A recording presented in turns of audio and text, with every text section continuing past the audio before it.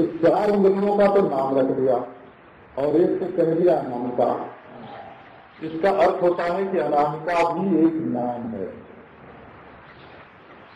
अनामिका भी एक नाम ही है। तो हमारे एक महात्मा थे, उन्होंने कहा कि शंकर जी की मूर्ति न मिले तो तर्जनी और मध्यमा दोनों के बीच में अनामिका को डाल दे और ये ऐसे बना दे। तो ये हो गया दोनों उंगलियों का और बीच में निकल आए शंकर जी। आप जैसे ध्यान दे, बीच में शंकर जी निकल जाए। हाँ, अब इससे जल डालो, ओम नमः शिवाय स्नानम समर्पयामि, ओम नमः शिवाय चंदनम समर्पयामि। ये उंगली है इसको बेटे। तर्जनी और मध्यमा का अर्घा बन गया और तो दाएं हाथ में और दाहिने हाथ से चंदन अक्षत फूल बेलपत्र चढ़ाओ। पूजा करने का पुण्य तुमको प्राप्त होगा। बिना प्राण प्रतिष्ठा के ही पूजा करने का पुण्य प्राप्त होगा। ये हमको एक महात्मा ने बताया था। तो अपने शरीर में शिव तो बहुत हैं, सहस्त्र सहस्त्र रूप में शिव हमारे शरीर में रहते हैं। हमको क्या तू ढूंढे बंदे, हम तो तेरे पास में। ये जितनी सफेद सफेद हड्डियों के टुकड़े हैं ये सब शिव रूप हैं। आप उनको भले इनमें सीब लिपटी हो और भले नसें लिपटी हो, भले ये खून से घिरा हुआ हो, भले ये चमड़े के भीतर हो, परंतु ये बिल्कुल श्वेतवार शिव शिव शिव शिव। तो ये जो आपकी खोपड़ी है शिवाकार। अच्छा, यदि कहो कि इसको शिव मानना कल्पित है तो हम आपको कहते हैं कि उपासना में पृथ्वी, जल, अग्नि, वायु, आकाश, सूर्य, चंद्रमा और आत्मा, ये आत्मा तो शिव की मूर्ति है। और महिमा स्तोत्र आप कभी करते हैं कि नहीं? समर्कस्वम सोमस्वमचितवनस्वम भूतवः समापस्वम व्योम त्वमुधरंगात्मा त्वमिति परिच्छिन्नावेरं त्वयि परिणताभिभृतगिरं न विद्मस्तत्त्वं वयमिह यत्त्वं न भवति। तो जब पृथ्वी शिव है, जल शिव है, अग्नि शिव है, वायु शिव है, तो आपकी खोपड़ी में क्या अपराध किया है? तो खोपड़ी में भीतर क्या है ये कभी आपने देखा है? देखा होगा तो दूसरे की खोपड़ी में देखा होगा, अपनी खोपड़ी में तो देखा नहीं है। तो आपकी खोपड़ी में एक प्रकाश है जिससे एक एक नाक, एक एक नाड़ी, एक एक विषय, एक एक इंद्रियों के तंतु, हाथ चलाने के तंतु, पांव हिलाने के तंतु, जीभ हिलाने के तंतु, सब के सब खोपड़ी में रहते हैं। तो अब हाथ उठाना चाहिए ये किस रोशनी में मालूम पड़ता है, अब पांव उठाना चाहिए ये किस रोशनी में मालूम पड़ता है, ये बोलना चाहिए ये नहीं बोलना चाहिए ये किस रोशनी में मालूम पड़ता है। देखो भाई, अपन तो गंवारू देहाती बात सुनाते हैं। एक सिंधी महात्मा थे, तो उनसे किसी ने पूछा कि साहब, सिंधी लोग साहब बोलते हैं इसमें, तो साहब साईं साहब, जब भाप में नमक डालना होता है, हिंदी लोग भाप में नमक डालते हैं और हमारे गुजराती और उत्तर प्रदेशी नहीं डालते हैं, हिंदी लोग भाप में नमक डालते हैं। जब भाप में नमक डालना होता है तो इतना ही नमक ठीक रहेगा, ये कौन बताता है? तुम्हारे भीतर कोई प्रकाश है, कोई ज्ञान है ना, वो बताता है कि इतना नमक डालो तो बिल्कुल ठीक बैठ जाए। तो ये ठीक ठीक नमक डालने की बुद्धि जो आती है समय पर, उसको रोशनी देने वाला, प्रकाश देने वाला कौन है? वो तुम्हारी खोपड़ी में ही वो प्रकाश हुई है, वो पावर हाउस है। तो तुमने सब कुछ तो देखा, उसको देखा ही नहीं। तो पावर हाउस बनाओ मत खोपड़ी का, वो जैसा है वैसा तुम्हारी खोपड़ी में केवल प्रकाश ही प्रकाश है। देखो पहले मूलाधार वाला सुनाया था, नीचे से सूर्य की रोशनी उठती है और ऊपर जाती है ज्योतिषपुंज में, और ये देखो तुम्हारा सिर जो है कि ये प्रकाश ही प्रकाश है। तो आपको ये जो दुनिया की सकल सूरत दिखती है, स्त्री पुत्र दिखते हैं, धन दौलत दिखती है, शत्रु मित्र दिखते हैं, ये अपना हड्डी मांस चाम का शरीर दिखता है, ये बंद हो जाएगा, केवल प्रकाश रहेगा। प्रकाश में ही आकृतियां बनती हैं, प्रकाश में ही रंग रूप बनते हैं, और ज्ञानात्मक प्रकाश में ही शब्द स्पर्श रूप रस सब मालूम पड़ते हैं, केवल प्रकाश है। इससे एक तो आप जब उस प्रकाश को देखने लगेंगे तो राग द्वेष से आसक्ति से जो दुनिया आपने देखी है अपने आप वो छूट के गिर जाएगी, और आप देखेंगे कि वो प्रकाश और किसी का प्रकाश नहीं है, आपका ही प्रकाश। सीखना नहीं पड़ेगा, अपने आप ही मालूम पड़ जाएगा कि अरे ये तो हमारा ही प्रकाश है। और फिर तो आप शिव रूप ही हैं, शिव स्वरूप ही हैं आप। अच्छा, अब एक तीसरी प्रणाली है, गिनती नहीं करते हैं, पहली दूसरी तीसरी चौथी, ये 120 श्लोकों में 112 प्रणालियों का वर्णन है। ये परिपूर्ण विज्ञान है और इसमें कुछ बनाना नहीं है, जो बना बनाया है उसको देखना है। आप एक चिड़िया उड़ती देखते हैं आकाश में, बम्बई में भी उड़ती हैं तो यहाँ के लोगों ने भी देखा ही होगा। तो जब एक चिड़िया आसमान में उड़ती है तो उसके दाहिने बाएं सामने पीछे ऊपर नीचे क्या होता है? अवकाश। और उसी अवकाश में वो चिड़िया दिखती है। अब आप देखो उस चिड़िया के कारण आकाश की कैसी विशालता दिखाई पड़ती है। चिड़िया के ऊपर, चिड़िया के नीचे, चिड़िया के दाहिने, चिड़िया के बाएं। अब आप एक अक्षर देखो, आ ले लो, का ले लो, ये सब बिंदु के विलास हैं। अक्षर भी सब बिंदु के ही विलास हैं। कहीं बिंदु को आधा कर देते हैं, कहीं बिंदु को चौथाई कर देते हैं, कहीं बिंदु में से लकीर खींच देते हैं, सब बिंदु के विलास हैं। और बिंदु से नाद सूक्ष्म होता है। बिंदु में आकृति होती है और नाद में आकृति नहीं होती। और नाद से भी नाद का श्रोता सूक्ष्म होता है। आप देख लो, जिसको नाद मालूम पड़ता है वो सूक्ष्म होता है। अब आप अपना मन यदि एकाग्र करना चाहते हैं, ध्यान करना चाहते हैं, अपने स्वरूप में बैठना चाहते हैं, तो आ कुछ भी ले लीजिए और आप एक अक्षर लीजिए और उस अक्षर की आकृति आप देखते ही रहते हैं, होती ही है, कागज पर लिखते हैं। अब उस के बाहर, भीतर, ऊपर, नीचे, पीछे, आगे क्या है? तो अ के भीतर भी आकाश ही आकाश है। आकृतियां तो केवल बनी हुई हैं और उस अ के चारों ओर की विशालता को आप देखिए तो आकार का लोप हो जाएगा, और लोप हो जाएगा तो केवल आप ही रहेंगे और वो विशालता आपसे जुड़ा नहीं रहेगी। अच्छा, और देखिए, आपने कभी अपने हृदय को देखा है? तो वो दूसरी बात है हो कि ये हमारे है ना दिल के, हाँ, दिल के दामनगीर हैं। हाँ, ये हमारे दिल के दामनगीर हैं।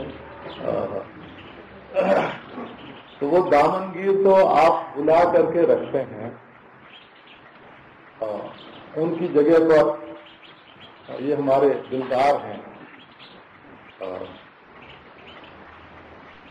तो ऐसा भी है कि भगवत बुद्धि से अगर दूसरा कोई दिलदार आप बुला के रख लें, ये साक्षात भगवान परिपूर्ण परमात्मा आ गया हमारे हृदय में, तो बात दूसरी है। तो आपको ये सुनाया था कि आकार ही भिन्न भिन्न आकार ही एक अखंड सत्ता को सिद्ध करते हैं और भिन्न भिन्न वृत्तियां एक अखंड ज्ञान को सिद्ध करते हैं।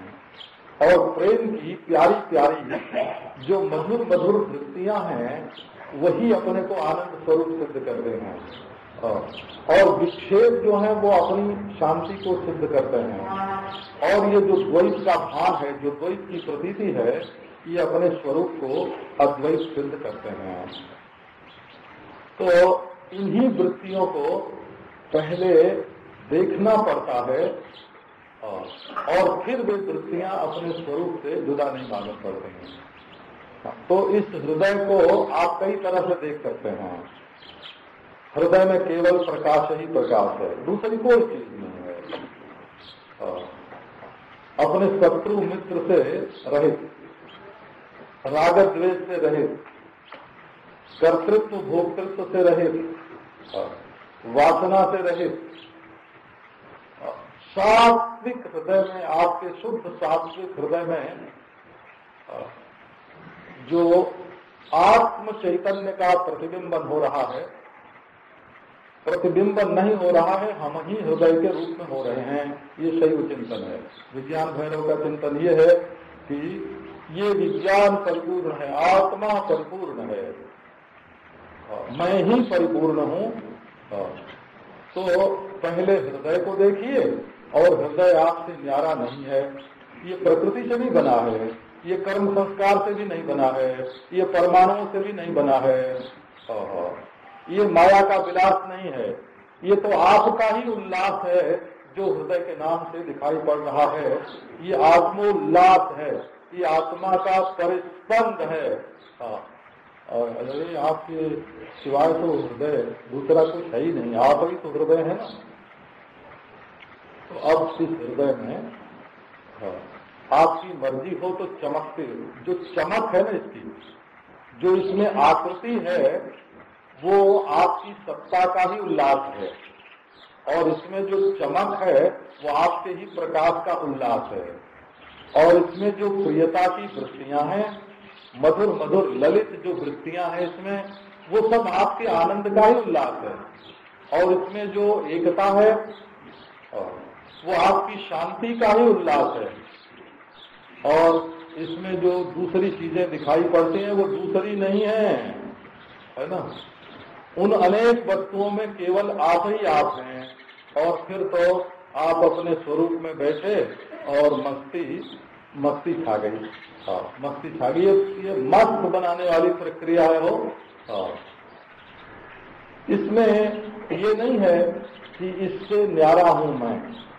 ये सांख्य की प्रक्रिया है कि ये जो चीज दिखाई पड़ रही है इससे न्यारा हूं मैं। ये सांख्य की प्रक्रिया है। और ये जो चीज दिखाई पड़ रही है सब भागवत सत्ता का ही आविर्भाव है। भागवत सत्ता शब्द का प्रयोग करते हैं ना, जोगी अरविंद आज की प्रणाली में भागवत सत्ता का प्रयोग करते हैं। पर ये असल में वल्लभाचार्य का सिद्धांत है। जो कुछ दिखाई पड़ रहा है उसके रूप में भगवान ही प्रकट हो रहे हैं। ये भागवत सत्ता है। वेदांती कहते हैं कि प्रत्यक्ष चैतन्य भिन्न ब्रह्म सत्ता में दूसरी जितनी वस्तुएं दिखाई पड़ती हैं सब मिथ्या हैं। और हमारे स्पंदवादी जो कश्मीरी शैव हैं, प्रत्यभिज्ञावादी, वो कहते हैं ये सब आत्मा का ही उल्लास है। वही विमर्श, इच्छा, शक्ति, क्रिया, द्रव्य के रूप में केवल वही उल्लसित हो रहा है। और ये परिपूर्णतम विज्ञान है। बल्कि वो यहाँ तक भी कह देते हैं कि यदि विवर्त के द्वारा तुम अपनी पूर्णता को समझ सकते हो तो समझ लो, और परिणाम के द्वारा अपनी पूर्णता को समझ सकते हो तो समझ लो। हमें विवर्तवाद और परिणामवाद में कोई भेद नहीं है, लेकिन आत्मसत्ता अखंडित ही सर्वरूप में भास रही है, ये अनुभव होना चाहिए। तो आनंद को विकसित होना हो, प्रेम की वृत्तियां जो आती जाती हैं उन पर ध्यान दीजिए। हैं ये प्रेम की वृत्तियों पर ध्यान देंगे तो आपको अपनी आनंद रूपता का अनुभव होगा। और जो शब्द स्पर्श आदि के वृत्ति ज्ञान होते हैं उन पर ध्यान देंगे तो आपको अखंड ज्ञान स्वरूपता का बोध होगा। और भिन्न भिन्न आकारों पर ध्यान देंगे तो अपनी सत्ता का बोध होगा।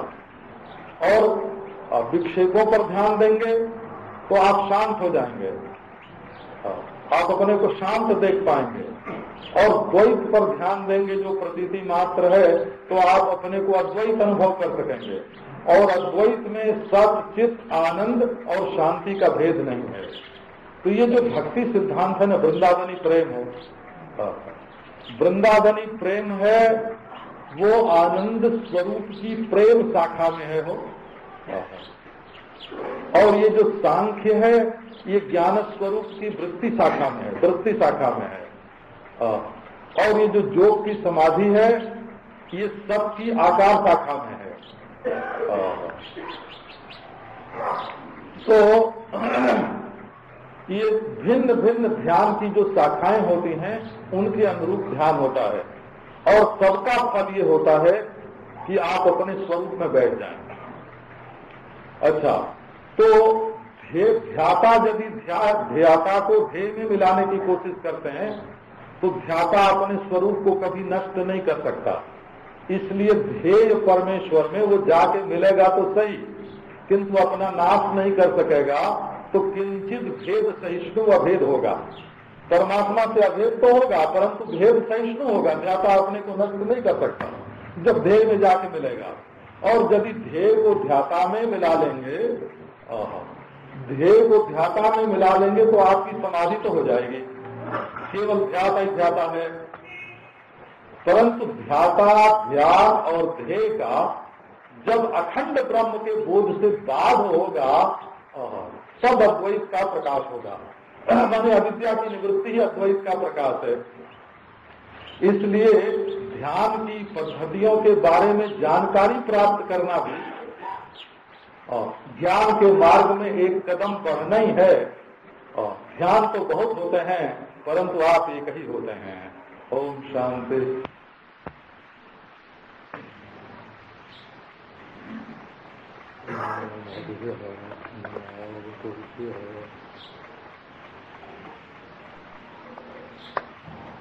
ओम विश्वं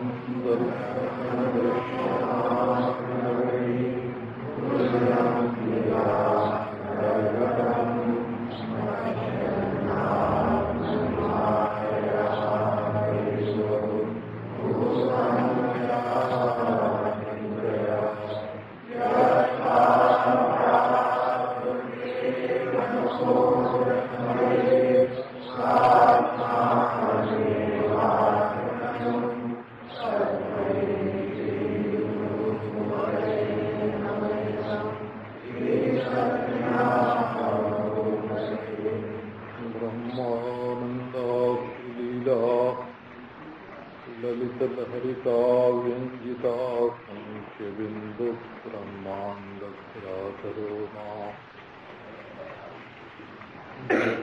विधृत्यक्ष विस्तार सीमा संबित भूमानि सिंहालोज्वल विमल रुचिध्वस्तमाया विलास श्री पूर्णानंद तीर्थो मनसि मनात् आत्मभावं विहर्तु। ओम शांति शांति शांति।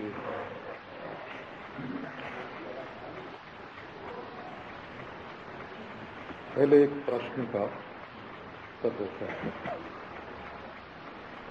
किसी ने कहा है कि हमको भगवान का ध्यान करना है या अपने निज स्वरूप में बैठना है।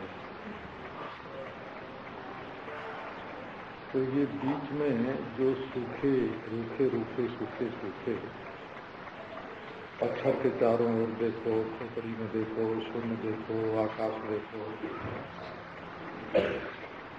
ये सब प्रसंग आता है, इससे क्या फायदा है?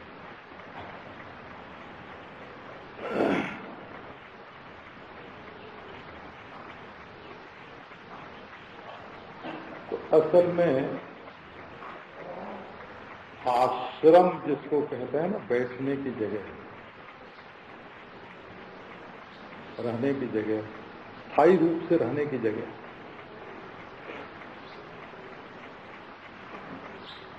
वो तो अपना निज स्वरूप है और किसी किसी की निज स्वरूप में आस्था जल्दी नहीं होती है, तो उनके लिए पूर्ण भगवत स्वरूप है आश्रम।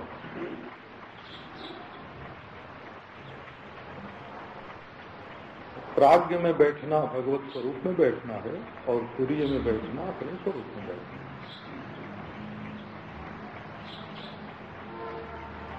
है। लेकिन हम दूसरे के घर में जाके जो फंस गए हैं, बैठ गए हैं,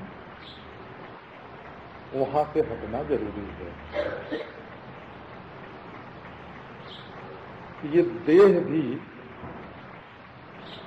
एक तन्हाई जेल की कोठरी है। तन्हाई होती है ना, जेल की अकेली कोठरी में बंद कर देते हैं। और ये दुनिया का जो परपंच है, ये तो बड़ा जेल खाना है, और एक शरीर में बंद हो जाना ये तन्हाई कैद है, जिसमें कैदी को बिल्कुल अकेले रहना पड़ता है और वो उठ जाता है। तो ये हड्डी, मांस, चाम, विष्ठा, मूत्र की झोली में जैसे कोई चोर डाकू उठा के अपहरण करके और आदमी को बोरे में बंद कर दे, ऐसा ये देह में बैठना और देह के संबंधियों में फंस जाना, ये तो अपहरण कांड ही है। तो यहां से निकलने का मार्ग मिलना चाहिए, पथ मिलना चाहिए।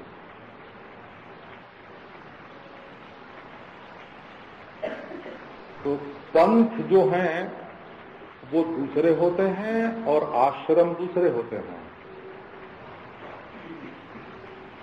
जैसे रैदासी हैं, चरणदासी हैं, दादूपंथी हैं, तुलसीपंथी, घटपंथी हैं, तो ये सब पंथ।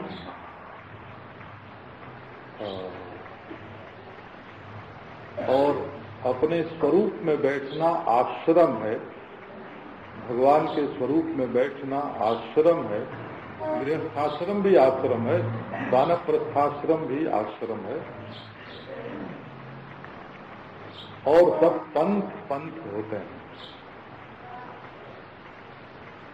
तो अब हमें पंथ में पड़ाव की भी जरूरत पड़ती है, सराय की जरूरत पड़ती है, कहीं कहीं ठहर जाना। जेल में से निकल के भगे और अपने स्वरूप में पहुंच नहीं सके, तो बीच में कहीं थोड़ी देर ठहर के विश्राम करके फिर आगे बढ़ना चाहिए। तो ये जो विश्रम स्थल है, विश्राम की जगह है। आश्रम में भी श्रम है ना, और विश्रम में भी श्रम है। तो ये विश्राम, श्रम रहित होने की जो जगह है, अपनी थकान दूर करने की, वो विश्राम स्थल, पड़ाव है, सराय है। और अपना स्वरूप, भगवत स्वरूप, ये आश्रम है। अच्छा, अब कोई कहें, हुआ ना कि यहाँ मन फंसा है, यहाँ मन फंसा है, यहाँ मन फंसा है, तो सब जगह से मन को खींच के एक जगह बैठा। तो एक जगह, सब जगह से खींचकर एक जगह बैठाना, ये सराय है, ये पड़ाव है, ये तत्व नहीं है। जैसे 4 आदमियों को कहीं यात्रा करनी है तो बोले भाई सब एक जगह इकट्ठे हो जाएंगे और वहां से फिर मिल के चलेंगे। तो जैसे इकट्ठे मिलने की जगह होती है वैसे ये साधन के जो स्थान होते हैं वो बैठने के होता है। तो कैसे भी अपने बिखरे हुए मन को समेट के एक जगह लाना। अच्छा, अब कोई कहे कि भाई हम तो भगवान का ध्यान करना चाहते हैं, ये अपने निज स्वरूप में बैठना क्या है? तो उनके लिए भी युक्ति बता देते हैं कि जो लोग ईश्वर तत्व को स्वीकार करते हैं वो जगत, जीव और ईश्वर 3 विभाग करते हैं। तो संसार में से अपने मन को हटाया, जीव में आके बैठे और अपने जीवपने को भी छोड़कर भगवान में बैठे। तो जीव के अंतर्यामी भगवान हैं, इसलिए जीव से भी अंतरंग भगवान हैं। और ये जगत और जीव दोनों शरीर हैं और भगवान शरीरी हैं, शरीर के मालिक, अंतर्यामी। अच्छा, और जो लोग स्वरूप के पक्षपाती हैं वो कहते हैं कि नियम और नियामक दोनों दृश्य हैं और ये मन में कल्पनाएं उठती हैं कि ये जगत है, ये जीव है, ये ईश्वर है। तो मनः कल्पित में वेदम जगत जीवेश कल्पनम। जब तक हम कल्पना के घोड़े दौड़ाते हैं तब तक उसमें न असली जगत आता है, न असली जीव आता है, न असली ईश्वर आता है। वो तो कल्पना के घोड़े पर चढ़े हुए सब नकली नकली दौड़ते हैं। तो बोले कि इस मन कल्पना को ही छोड़ दो, तदेकम संपरित्यज्य, मन को ही फेंक दो, कोई कल्पना ही मत करो। तदेकम संपरित्यज्य निर्वाणम अनुभूयता। ये हमारा मन कल्पना के घोड़े पर चढ़कर ये शांति की भी कल्पना कर बैठता है कि ये शांति, हा बड़ी शांति मिली, बोझ तो सिर पर है, कंधे पर है। और फिर थोड़ी देर के बाद उसी बैलगाड़ी में जुतना है। ये गाड़ी में बैलों को जोतते हैं ना, तो 10 मील 20 मील तक एक जोते भी ले जा सकते हैं, लेकिन बाद में बैलों को खोल देना पड़ता है। तो वो खाते हैं, पीते हैं, थोड़ा छाया में विश्राम करते हैं, बैठते हैं, प्राकृत करते हैं।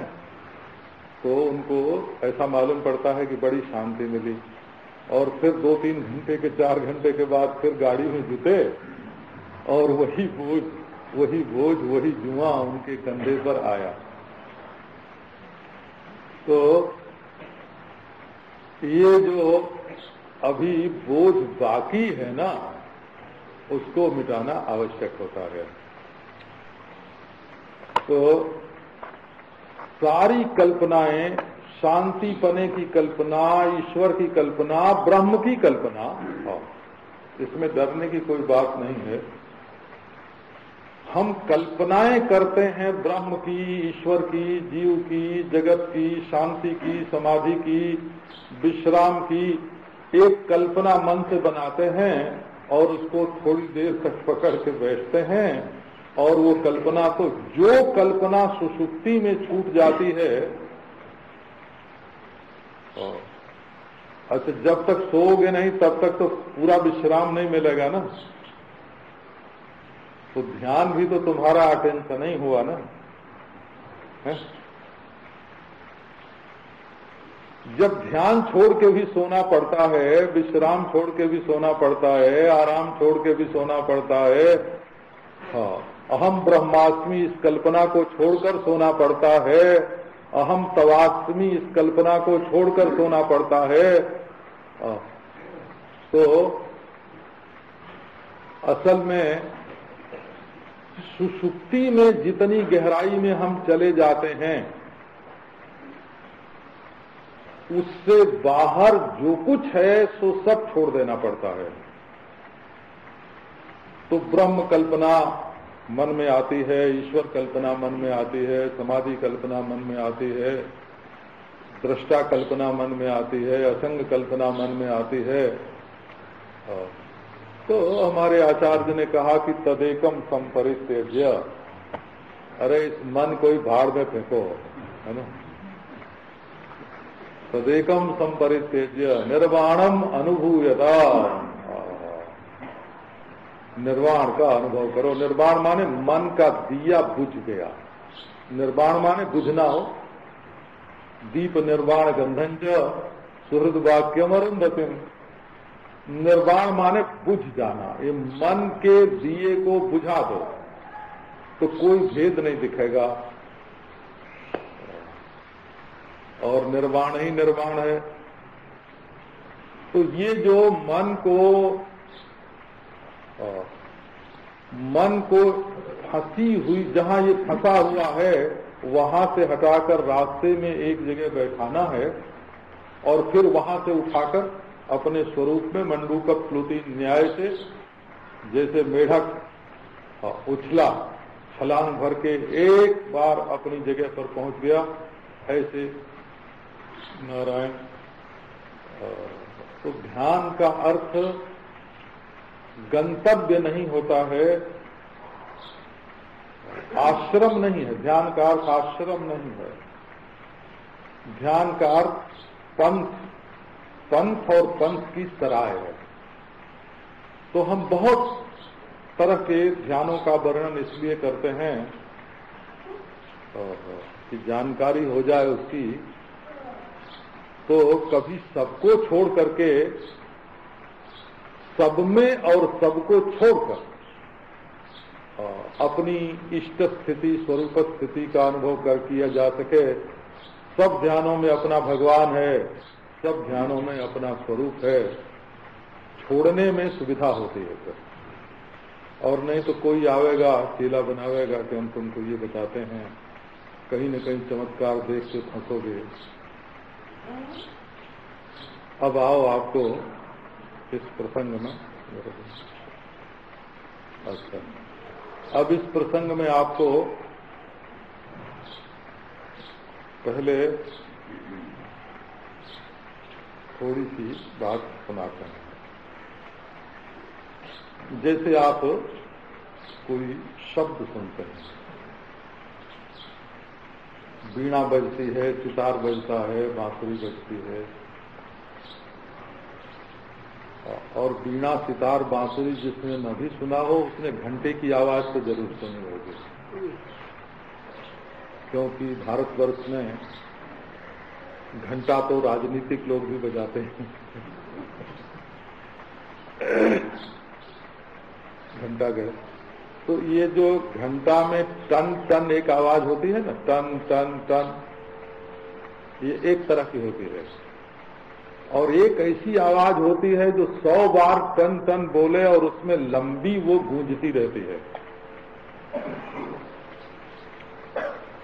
तो आप अपना ध्यान टन टन पर नहीं, सब टन टन में गूंजने वाली जो एक आवाज है उस पर ले जाएं। बांसुरी की आवाज में जो लंबाई है उसको पकड़ें। ये कमल के फूल तो लोग कभी कभी लाते हैं, कभी आपने उसको तोड़कर फैलाया है तो देखेंगे कि उसमें बड़े सूक्ष्म सूक्ष्म सूत्र निकलते हैं, और उन दोनों डंठलों को अलग अलग करो तो वो बढ़ते जाते हैं, फैलते जाते हैं। तो जैसे वे बढ़ते हैं ऐसे तुम्हारी आवाज, वो जिसका आप ध्यान कर रहे हैं, वो लंबी होती जा रही है, खत्म नहीं हो रही है। तो यदि उस आवाज में अपना मन लगा दिया जाए तो संसार के सब स्थूल विषय छूट जाएंगे। स्त्री का ध्यान नहीं आवेगा, उसमें पुत्र का ध्यान नहीं आवेगा, उसमें कहाँ हटेंगे बेचारे हैं। उस लंबी आवाज में अपने मन को लगाना। तो थोड़ी देर के बाद मन सूक्ष्म हो जाएगा और एकाग्र हो जाएगा। उस समय मन कल्पना शून्य हो जाएगा और आप अपने स्वरूप में बैठकर देखते रहेंगे। वो मन भी आपके स्वरूप से जुदा नहीं होगा। ये जो कच्चे वेदांती होते हैं शुरू के, उनके ध्यान में ये बात नहीं आती है कि घड़े को देखने वाला तो घड़े से न्यारा होता है। ये तो विचार चंद्रोदय में ही लोग घोंट लेते हैं। जो घड़े को देखता है तो घड़े से न्यारा है, जो देह को देखता है वो देह से न्यारा है, जो दृश्य को देखता है वो दृश्य से न्यारा है। ये तो ठीक है, परंतु ये विचार चंद्रोदय में नहीं आता है कि जैसे दृश्य से दृष्टा न्यारा है वैसे क्या दृष्टा से दृश्य भी न्यारा है। वो न्यारे का संस्कार इतना प्रबल हो जाता है कि आगे विवेक की शक्ति का लोप हो जाता है। जब किसी वस्तु का हम अभ्यास करने लगते हैं, दोहराने लगते हैं, तो उसका एक संस्कार पैदा होता है। उस संस्कार से एक वासना पैदा होती है और उस वासना में हम इतने सम्मोहित हो जाते हैं कि वही सत्य मालूम पड़ता है। दूसरी कोई बात जल्दी समझ में नहीं आती है। तो घड़े का दृष्टा घड़े से निराला होता। ओम नमो नारायण। हाँ ए नारायण बस आ गए। ओम नमो नारायण। तो इसमें भेद की वासना दृढ़ होती है। घड़ा दृश्य है, हम दृष्टा हैं, हम घड़े से निराले हैं, अलग हैं। इसी प्रकार देह घड़े की तरह दृश्य है और मैं देह से निराला हूं। ये बहुत आवश्यक है, होना चाहिए। परंतु इसमें जो भेद का संस्कार, अभ्यास से जो भेद का संस्कार बनता है और उस संस्कार से जो वासना बनती है, वो वासना हमको घड़े का दुश्मन बना देती है। ये व्यतिरेक विधा है कि नहीं, घड़ा हमको और घड़े से हमारा संबंध ही नहीं होना चाहिए। पर जब ये देखो कि क्या दृष्टा से भी वो दृश्य निराला है, न्यारा है, तो दृष्टा के बिना तो दृश्य की उपलब्धि ही नहीं होगी। असल में घड़े से दृष्टा, देह से दृष्टा न्यारा है, परंतु देह से न्यारा होने पर दृष्टा समग्र विश्व का दृष्टा है और समग्र विश्व का दृष्टा होने पर दृष्टा से समग्र विश्व ही न्यारा नहीं है। इसी से तो ये परमेश्वर से एक होता है। जब विश्व न्यारा नहीं है तो देह भी न्यारा नहीं है। अब चाहे इस दृष्टा और दृश्य के संबंध को आप परिणामवाद के अनुसार दृष्टि दृश्य बन गया है, ये शैव दर्शन हुआ। दृष्टा दृश्य के रूप में उल्लसित हो रहा है और या तो दृष्टा ब्रह्म स्वरूप है, उसमें ये दृश्य विवर्त मात्र है। ये वेदांत पक्ष को स्वीकार करो या तो शैव पक्ष को स्वीकार करो। अब इसका फल ये होगा कि व्यवहार में आपके लिए कोई दुविधा नहीं रहेगी, मस्त हो जाओगे बिल्कुल। ये व्यवहार को निवृत्त करने वाला दर्शन नहीं है, भक्ति दर्शन दृश्य दर्शन है। दृश्य में भगवान को देखना, अंतर्जामी हो तो भी दृश्य है, जगत का निमित्त कारण हो तब भी दृश्य है, और वो न्यायकारी दयालु हो तब भी दृश्य है, सगुण निराकार हो तो भी दृश्य है। भक्ति दर्शन दृश्य दर्शन है और योग दर्शन दृष्टि दर्शन है। सांख्य और योग दृष्टा का प्रतिपादन करते हैं, परंतु जिस दर्शन का मैं निरूपण कर रहा हूं इसमें दृश्य और दृष्टा का भेद है ही नहीं। दृष्टि दृश्य के रूप में प्रकट हो रहा है। पहले अपने को छोटे दृश्य के साथ एक किए हुए हैं, वहां से अलग करने के लिए असंग दृष्टा के रूप में अपने स्वरूप में आए और फिर तो अपने सिवाय दूसरी कोई वस्तु ही नहीं है। ये बात आपको कई बार सुना चुके हैं कि एक बार श्री उड़िया बाबा जी महाराज ने मुझसे ही पूछा कि दृष्टा और दृश्य के बीच में विभाजक रेखा क्या है, दोनों को अलग अलग करने वाली क्या चीज है। तो मैंने कहा कि दृष्टि। तो बोले कि हंस गए और हंस के बोले कि नहीं, दृष्टि दृष्टा और दृश्य का विभाजन नहीं कर सकते। असल में दृष्टा के परमार्थ स्वरूप का अज्ञान ही दृष्टा और दृश्य का विभाजक है। जब तक दृश्य और दृष्टा दो ज्ञात होते हैं तब तक दृष्टा के परमार्थ स्वरूप का ज्ञान नहीं है, और ये जहां ज्ञान हुआ वहां दृष्टा और दृश्य में कोई विभाजक नहीं रहेगा। इसलिए ज्ञानी पुरुष जो है वो कहीं भी आबद्ध नहीं होता है। ये बात मांडुक्य कारिका में गौड़पाद दादा ने समझाई। तो वो ऐसे समझाई कि त्रिषु धामसु जद भोग्यम भोक्ता यश्च प्रकीर्तिता वेदै तदुभयंजस्तु स्वभुंजानो न लिप्यते। जागृत स्वप्न सुषुप्ति में जो भी भोग्य है, दृश्य है, और इसमें जो भोक्ता है, ज्ञाता है, ध्याता है, विश्व वैश्वानर, तेजस, प्राज्ञ, विराट, हिरण्यगर्भ, ईश्वर, वेदै तदुभयंजस्तु, जो इस भोक्ता और भोग्य दोनों को प्रकाशित कर रहा है, स्वभुंजानो न लिप्यते, वो चाहे प्राज्ञ के रूप में आनंद का भोग करे और चाहे तेजस हो करके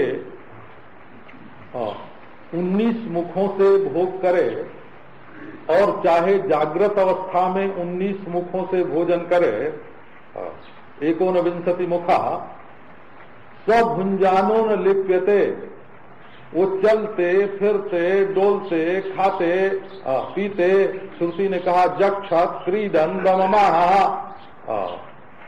वो खा रहा हो, वो अप्सराओं का नृत्य देख रहा है इंद्र के शरीर में बैठ करके और राजा के शरीर में बैठ करके नाना प्रकार के भोग कर रहा है। जक्षत क्रीडन रममाणा सब भुंजानो न लिप्यते, उसको किसी प्रकार का लेप नहीं है, क्योंकि भोक्ता और भोग दोनों मिथ्या हैं। तो आपको सुनाया कि जैसे घंटे में घंटे की ध्वनि टन टन टन ये पृथक पृथक हैं, परंतु एक लंबी जो गुंजन है, उसका जो लंबा गुंजन है वो बहुत लंबा है। तो आप अपने मन को उसमें लगावें तो टन टन छूट जाएगा और मन एकाग्र हो जाएगा। मन एकाग्र हो गया तो दृश्य की पृथकता छूट गई और मन शांत हो गया। वो शांत मन अपने को भोक्ता से, दृष्टा से, ध्याता से अलग नहीं दिखाता है। तो असल में ध्येय और ध्याता ये पृथक पृथक कब नहीं रहते हैं कि जब ध्येयावच्छिन्न चैतन्य और ध्यात्री अवच्छिन्न चैतन्य, दोनों की एकता नहीं, एकता तो प्रत्येक ध्येय के अनुभव में होती है, परंतु जब एकता का बोध हो जाता है तो बोध हो जाने पर ध्याता और ध्येय का भेद मिट जाता है। इसलिए मन को एकाग्र करने के लिए कोई आलंबन, कोई सहारा लेकर के, ध्वनि का सहारा लेकर के आप अपने मन को पृथक पृथक भासने वाले विषयों से हटा लीजिए। इसी को तंत्र्यादि वाद्य का दृष्टांत देकर हमारे ये परिपूर्ण विज्ञान, भैरव शब्द का अर्थ है परिपूर्ण विज्ञान, विज्ञान की परिपूर्णता से ये मालूम पड़ता है कि ये सब एक है। अब दूसरा देखो, आपको सुनाते हैं आलंबन। जैसे सोहम शब्द से तो बहुत परिचित हैं, तो हंसः सोहम बोलते हैं ना, तो आप किसी अक्षर को लीजिए। हम बोलते हैं आप राम राम लीजिए, श्याम श्याम लीजिए, उच्चारण में उसको लंबा कर दीजिए। सोहम लीजिए, उच्चारण में लंबा कर दीजिए। ओम लीजिए और उसको उच्चारण में थोड़ा लंबा कर दीजिए। तो हृदय देश में ओम का उच्चारण हो रहा है, स्थान विशेष में हो रहा है, स्थान है। और काल है, धारा चल रही है, उसकी लंबाई जो है बोलने में 10 सेकेंड, 5 सेकेंड, 1 मिनट तक यदि आप उसको बोलते रहते हैं तो 1 मिनट काल हो गया। तो काल की देरी को उस उच्चारण में आत्मसात कर लिया और स्थान की दूरी को भी अपने में मिला लिया, और वस्तु वहां कोई है नहीं, अर्थानुविद्ध नहीं है, केवल शब्द ही है। तो इस शब्द का बार बार उच्चारण करने से, अच्छा, ये लोग राम राम श्याम श्याम का नाम नहीं लेते हैं शैव लोग, ओम का भी आलंबन के रूप में ही नाम लेते हैं, और वेदांत की दृष्टि से भी वो आलंबन ही है। एतदालंबनम श्रेष्ठम एतदालंबनम परम। एक सहारा, मन को अंतर्मुख करने के लिए एक सहारा है। तो जो घंटा नाद के समान और विशोरणवत कमल नाल के तंतु के समान अविच्छिन्न ओंकार के उच्चारण का अभ्यास किया, तो उस